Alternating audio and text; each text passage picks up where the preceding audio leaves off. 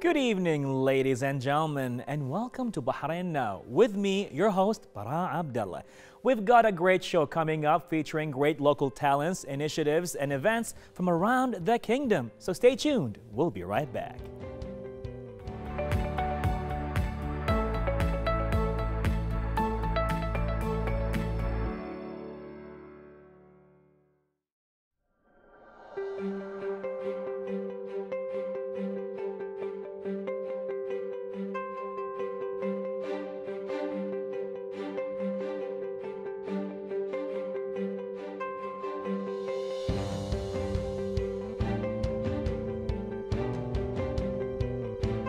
And now, ladies and gentlemen, to an artistic, beautiful talk with an architect, painter, and sculptor, Sudeep Deshpande from India, who has been in Bahrain shining through his artistic work and exhilarates in his passion to collect various awards.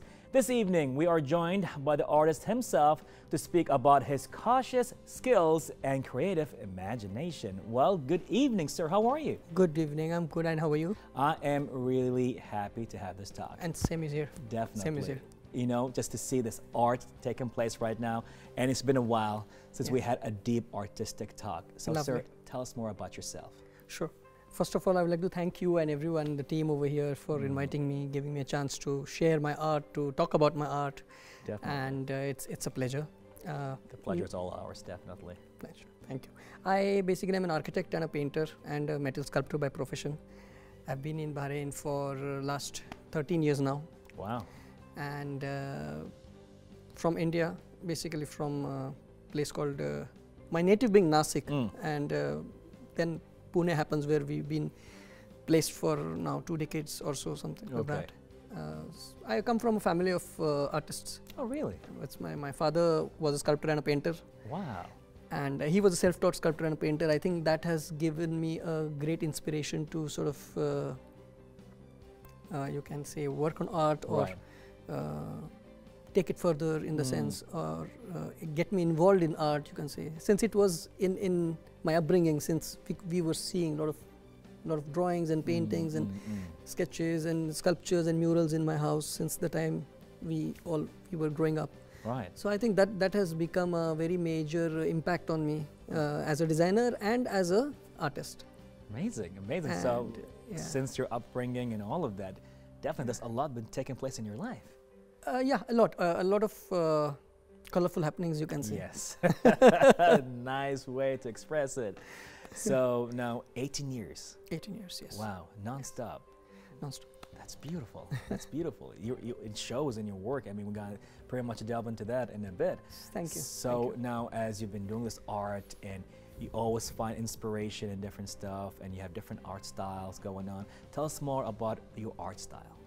Well, actually, my whole approach towards my art is I find a lot of inspiration from my daily living. I mean, life itself is so inspiring, you know, on a daily basis, I say. And when you say or when you think like that, what becomes very important is how you are going to be executing it on about your daily subjects, daily living on the canvas, on paper, and on your material art, metal as a sculpture medium. Right. So this reminds me of a very interesting exercise or habit which I got inculcated into by my father and back at home, is that he used to always say, you know, you need to draw 1 sketch a day. 1 sketch a day? Just like we exercise and we jog and we go out and, you know, to keep ourselves healthy. He used to always advise me to draw a sketch a day. And I used to follow it because I used to love doing it. In time, I realized that he was gradually and consciously or subconsciously inculcating a habit of drawing whatever I live. Brilliant. Yeah. Brilliant. So after a while, when you're practicing that sort of approach towards art, you don't look for subjects around you. Sort of, you keep on looking, finding within yourself, or getting, you know, even your relationships, your emotions, your families, friends. And when gradually I started exploring the relationship aspect of our life and wanted to always incorporate that on canvas, on my sculptures. And because I feel just like, you know, we have our personalities. Right. And just the way we have our personalities, our emotions, our relationships, they also have their own personality, I feel. I like to think like that. And they have their own geometry and they have their own lines. And and then in the process, I try to sort of explore it and learn from it, sort of experiment with it. And that's how I like to take it further. Wow, that's like, now you're bringing me 18 years of experience in this 10 minutes talk just right here. It's amazing. I'm just feeling the passion. Now, when you go and you delve yourself into a painting, is it like therapy, meditation? How do you feel when that happens? You just lose track of time? What's that feeling you get? Honestly, I feel good. Okay. That's how I can put it. Right. Whether I feel track of time, no. Whether I feel the aspect of meditation, I don't know. No. But I feel good. Yeah. I feel engaged. I feel somewhere else for some time where I can sort of run away from my architectural drawings and my architectural side of my story. Right. And so it's my time, it's my cozy place, my place, you can say. Where yes, your own place, your own sanctuary. That's it. It's me time, right? Yeah. Now, as you start drawing in arts, I'm just assuming throughout time, your inspirations changes due to the age and the things you were surrounded by. So right now, when you just sit down and you just want to go and delve yourself into a painting, what inspires you the most right now? Right now, I have been working a lot on subjects as these. The big one over there. Yeah. It's called Us and Them. Us and Them. Okay. So it basically represents us, who we are. Yes. And them are very multi-dimensional, you know, society for that matter, or your own thoughts. Sometimes can be very strange with yourself, you know, and how you deal with them and how you cope with them and how you, just as you cope with your society or people around you. And when I say cope, I don't mean to say it in a bad way, but to deal with them in the sense. Right. And then I feel that that's a kind of a subject matter that is keeping me engaged a lot nowadays. And I am trying to sort of bring in the abstraction on my canvases closer to the relativity, as you can say, or physicality of the subject. Interesting. Like this one is purely abstract, the one in turquoise. Right. It's called the attachments. Okay. Now, it's a very self-interpretive thought towards your own attached moments in your life. Like we always say, you know, I love that phase of my life, or, you know, school days were the best, or you know, so we all go through it. And then I feel like sort of giving it a visual to it. So my whole idea here was to sort of you know, compose them, club them, cluster them together. Okay. So all these squares that you see here and they all represent moments gone in time, and how I keep them with me. So wow. So, but this becomes a very self-interpretive sort of a subjective thought, and it has its own beauty of letting people look at it the way they want, without any emphasis on the subject or my interpretation, so to speak. Amazing. But I wanted to sort of cut it or come out of it by giving it a bit of relativity to it, a bit of physicality. So I'm working a lot on subjects like those with a lot of line work, with a lot of human forms which are more human relative. Okay. Interesting. I mean, it shows, like, you know, you're an architect, right? You bring all the shapes with you all together, even into your work. So now you take this amazing work and you go to exhibitions. Yes. You win awards and all of that. Yes. And you put it out there. How was the reception? So, you know, you are sending a message. You put your heart and soul into it, and it's all translated through a painting. Right. And then people come in and just look at the painting. Do you see that people have a different kind of interaction with the painting, or does it send the message that you want to send? So how is the reception with your paintings when you go to exhibitions? It's both ways, actually. It's many a times people come in with thought of looking at what is being shown. Right. And they read it that way, whatever that is being shown. And many a times they have their own view of reading towards your painting. And in my case, I think both are welcome. And that is where I feel when you show abstract has vast canvas in itself. Right. So be it a small painting or be it a size like that, it lets people see the way it is to be seen. Of course, keeping in mind the discipline of composition and the discipline of colors and the discipline of executing it, which needs to be very important for an artist. But for the readers, viewers, I think it gives a whole freedom of looking at the art. And many times, like you said, it happens that they relate with the subjects that I have been drawing, or they understand. But also I feel what is important, like we were just discussing before, is just as art is needed to be seen, I think visual art also needs to be heard. See, that was a very interesting point. So tell us more about that. I would love to hear it. Hear it. It's heard. Because what I feel is many times when I come up with paintings like that, and it has so much going on in the composition. You have a couple over there, and there are a lot of human forms on the lower side of the canvas. So when people are going through it, they are also very curious to know about it, and that's where the opportunity for an artist lies to verbalize or be vocal about his art. Okay. So, and when I give them my side of the subject, for example, now something like this, where you have a lot of people shown on his, let's say, his attire. Right. It is a representation of his responsibilities. So just like you. Responsibilities. So individual here carrying his or wearing his responsibility. Let's put it that way. Okay. So you wear your responsibilities when you are out or when you go there or when you. So when a thought like that is being talked about, it is very relative.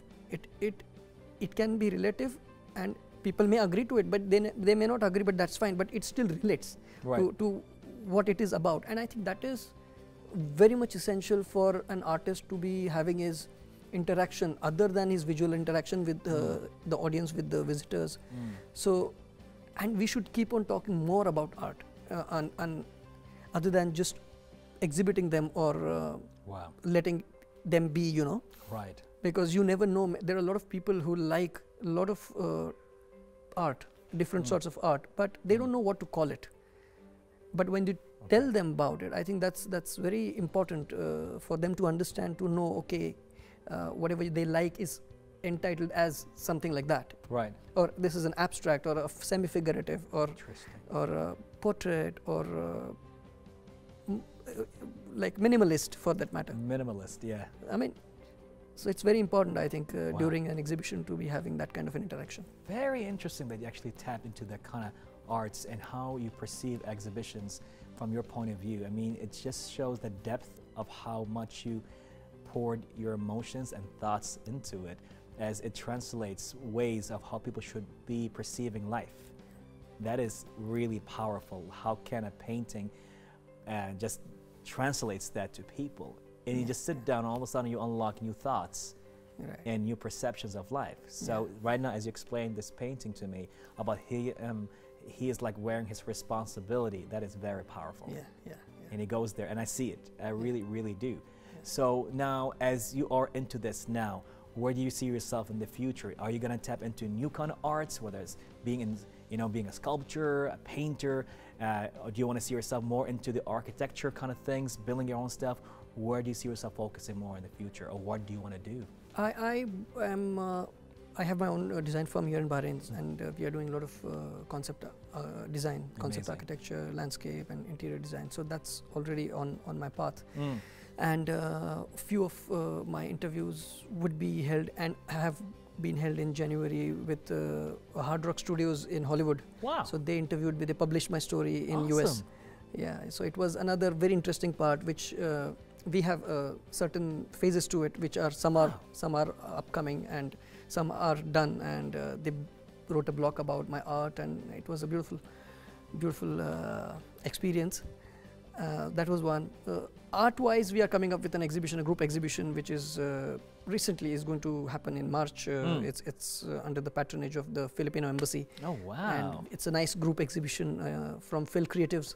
They have organized it. Yeah, we actually met one of their members here as well. Really? They had an amazing time. They are amazing. Yeah. They're amazing talent and beautiful artists, beautiful people. Yes, they are. Beautiful. So that's coming up, and there's another exhibition coming up in September. We'll be having it in London.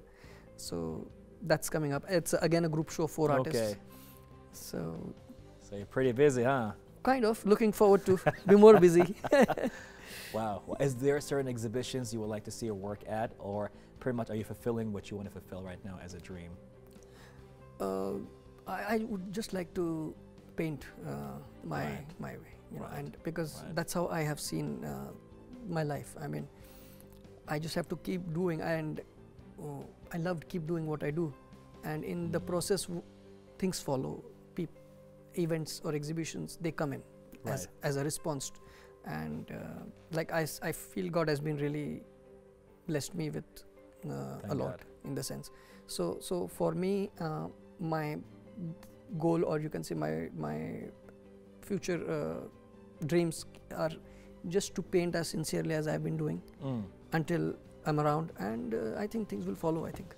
Amazing, amazing. I mean, there is so much to talk about, but would you like to add anything more? Yes, I would like to mention one thing very importantly is, like, you know, when people like or artists who are busy working all the time on the canvas, and they go on their exhibitions, and they're very occupied, mentally occupied. Right. So, you know, but the very important aspect of their life is those who help them. You know, those who help them take things further, and I think they play a major role in an artist's life. And likewise, my wife is that kind of a person. She's been always supportive. Bless her. Thank you.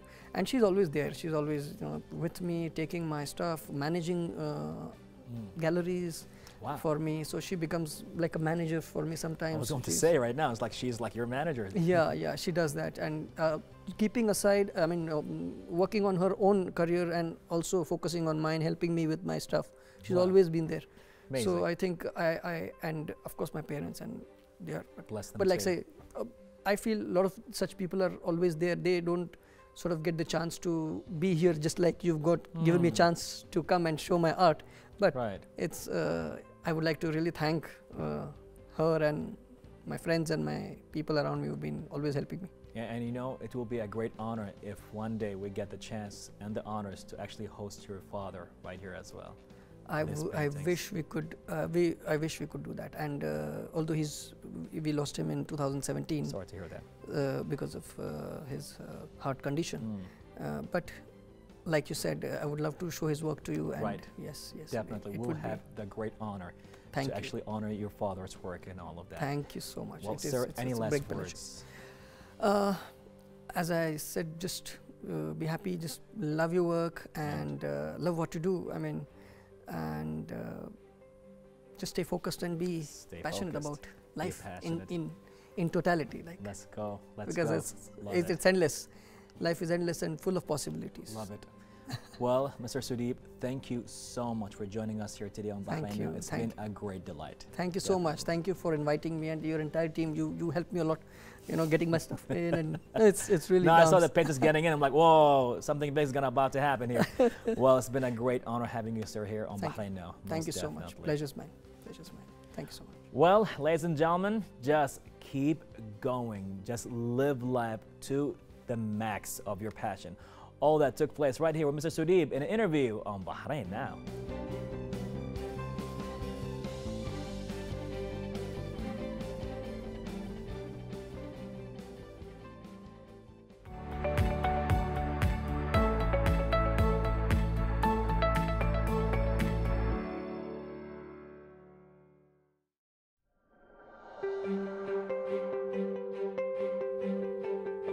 Ladies and gentlemen, we're going to get into a very interesting talk. So, Inspire's team is a Bahraini initiative that aims to polish the skills of the young generation to make future leaders. The team held an event to highlight the significance of a sustainable development goals making and make the young citizens and residents to be involved in the world's efforts to achieve most of them. And to elaborate more into that, we have with us here two young leaders from the Inspire's team, Mahar Al-Khatib and Amal Al-Badawi. Good evening. How are you? Good evening. We're fine. We're good. It shows. The energy is amazing. So now, as we've been talking offset, the SDG and all of that, sustainable development of goals and all that kind of stuff. So what's happening there? Okay, so let me talk before Mahad. Yeah. All right. So basically, the Sustainable Development Goals, or the SDGs, are as they're known right now. They're basically, I don't want to say they're the hype, but they've been the plan since 2015. Okay. Personally, me and Mahad, we know the SDGs from like a year and a half. Wow. Yeah. So it's new for us too. Yeah. Exactly. Not that long. Yeah. And we've been in a couple of experiences where we were innovators and social entrepreneurs, Yep. coming up with our own innovations, Amazing. trying to solve and help reach these SDGs. So Yeah. yeah. Wow. Wow. So the SDGs are 17 goals Okay. set in 2015 in order to make the world a better place. Their goals set for the problems out there in the world, Wow. to solve the problems in the world.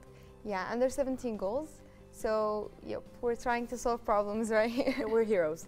Yes, you are. Thank Look at you, making things happen. I mean, I feel safer already.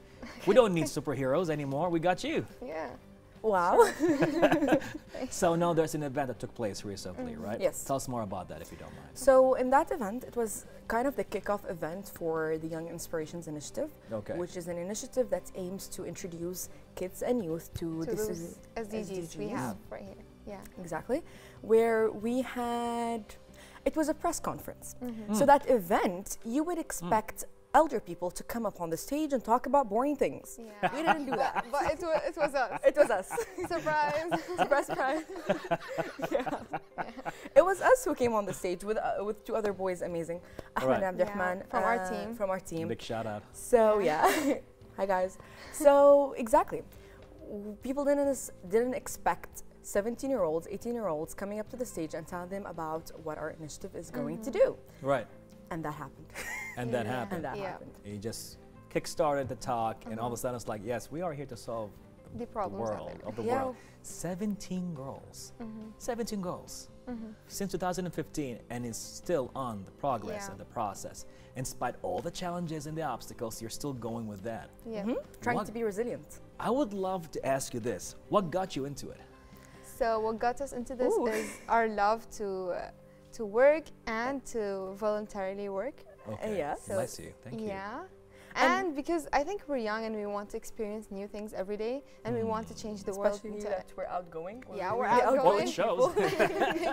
And as I told you, we were social innovators. We came up with our own innovations. Mahar, I'm Tatawur's ambassador for 2021, Wow. 2022. Wow, that's a Yep, big yep. deal. Yeah, from the top and 20. I am also a Flower Ambassador for the year 2021. Oh, wow. So And the yes, second place and winner. the second place winner. I need your autographs, please, before we leave Sure. there. Like, sign my jacket after that.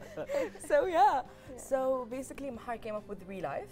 I came up with Farmabot, Yep. and that's our entrance gate towards the SDGs, I guess. And Amazing. Flower is a program brought by HSBC and Potential.com. Amazing. Also, we wanted to participate in this because we want other kids and other youth people to participate with us into changing the world and into bringing their ideas to the world. Because many kids out there have many brilliant ideas and they want to bring them to the world, but they don't know how. So they needed help, and we're here to do it. Exactly. Amazing. Yeah. Amazing. We were left without a manual of how to do things. Wow.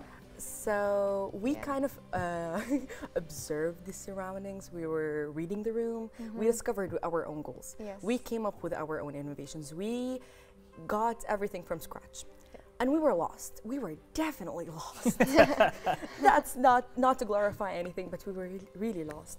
So yeah, we wanted to help the kids. Right. These little blooming kids, these little blooming flowers, for them, when they grow up, when they become 17-year-olds, and when they're asked to change the world, They can do it. they have the tool to do that. Give me a second here. When they become 17. No. No. Even Because- before 17. Because are you pretty much in the same vicinity of these ages? Yeah. Good. Wow. Wow. Amazing. Amazing. Young, smart, bright, full of passion and energy. Exactly. And Gonna they change the can- world. Yeah, this Exactly. is a team of youth and blooming kids. Exactly. And we Love that. want to start our change from now. We're not waiting for us to be 30-year-olds, 40-year-olds, for us to be With no retired, jobs. with no jobs, unemployed. No, we're not waiting for the opportunity, we're making our opportunity. Of course. When I was 17, I was doing PlayStation all the way. That was my goal, to finish every game out there. And now the 17 in this era. It's different than 17 at my era. Of course. So how we are so right now advanced in the way you think, and it's like putting your SDGs. And right now I'm hearing some amazing, brilliant stuff, which I understand that the Kingdom of Bahrain right now, they are into the SDGs as well, putting the strategies and all of that. But what is the focus you're putting on right now? We're focusing on introducing kids and youth to the United Nations Sustainable Development Goals, or for short, the SDGs. Right. For them not to feel it's a burden on their shoulders. No, it's a habit for them. Right. For us to try to solve these problems, no poverty, better education, better opportunities, gender equality, clean water. It's not a burden for them anymore. And we don't want them to know about the SDGs with the typical way, like telling them what are the SDGs, because it's all out there, you know. Exactly. So what we'll do is we'll set things for them, activities for them, hands-on experiences for them to know each and every goal, and to bring their ideas using those goals into the world. Exactly, and also speaking with their dream character. Dream character. Yes. That they are inspired by, or they bring up together out of their imagination. And It can be both. both. We have surprises, just wait for it. Surprises? Yeah. Do we get exclusivity here on Bahrain TV or later on? Yes. We do? We might be. Okay, a lot of teasing going on here. We are teasing queens. Amazing, amazing. It's so empowering to hear this. You know, as you just made sure that age is not really an issue. It's not. Like, it's definitely just a number. Yeah. It's just a number. We've seen 40-year-olds, 50-year-olds in the age of 17. They're pretty youthful. They're living their best life.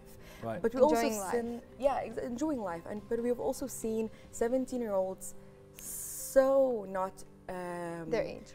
Yeah, exactly. Not even their age, but so it's definitely just a number. Exactly. It depends on what you do in life and what you give to life. Exactly. And we want to change their perspective towards tomorrow. Age. All right. Towards age, towards tomorrow, Wow. towards that they don't need to be Adults 30, to do things. adults or 30-year-olds, 50-year-olds, 40-year-olds for them to change the world. Beautiful. We can change the world from now. What are we waiting for, actually? Exactly. You tell me. What are we waiting for? Nothing. We are ready to start. I am super happy for this, and I know we can talk about this forever. And with your energy, we can just have a podcast right now. We're But ready. if you're going to leave us right now with last words of how can we get the youth involved more or an advice, what would that be? Starting with you, Mahal. Yeah, so we'd like to tell them that we're here and our doors are open for everyone, for kids, for youth people, and I'm sure everyone has an idea in their brain that they want to achieve, they want to do in life. So they can be involved with us, with our team, and they can work with us, they can learn more about the SDGs, and they can bring their ideas to real life. All right, amazing. Amal. So basically, our message to you is that don't wait. Start your change from now. Join us. Reach out. We're waiting for you. We're waiting for your energy, for your ambition, for your dreams. We will help you make these dreams come true. We will let you know each of the 17 SDGs. We'll let you know everything you don't know about. We will. And when we say we will definitely will. Wow. So, I'm going to be 40 soon, but I'm looking up to you. Thank you. Yeah. Thank you for having us here today. Exactly. It's Thank you so much. Experience. It's definitely a beautiful talk, and thank you so much. You just brought some life here, and we can't wait to see what's going to happen in the future. Right now, you're talking the future for us today. Yeah. Of course so we are. can only imagine what's going to happen in a few years to come. Well, thank you so much for joining us right here on Bahrain Now. It's been a great delight. Definitely. Thank you for having us. Most definitely. Most definitely. Thank you. Well, ladies and gentlemen, SDGs and the new youth, we're going to be the future leaders. We are definitely in great hands with Mahar and Amal. All that took place in the interview right here on Bahrain Now.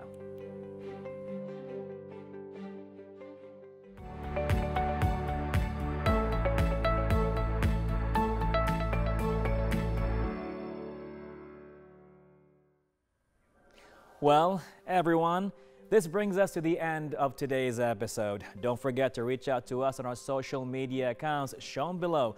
Thank you for watching, and we'll be seeing you in another episode of Bahrain Now. I'm Bara Abdulla. Till next time, Bahrain, goodbye and God bless.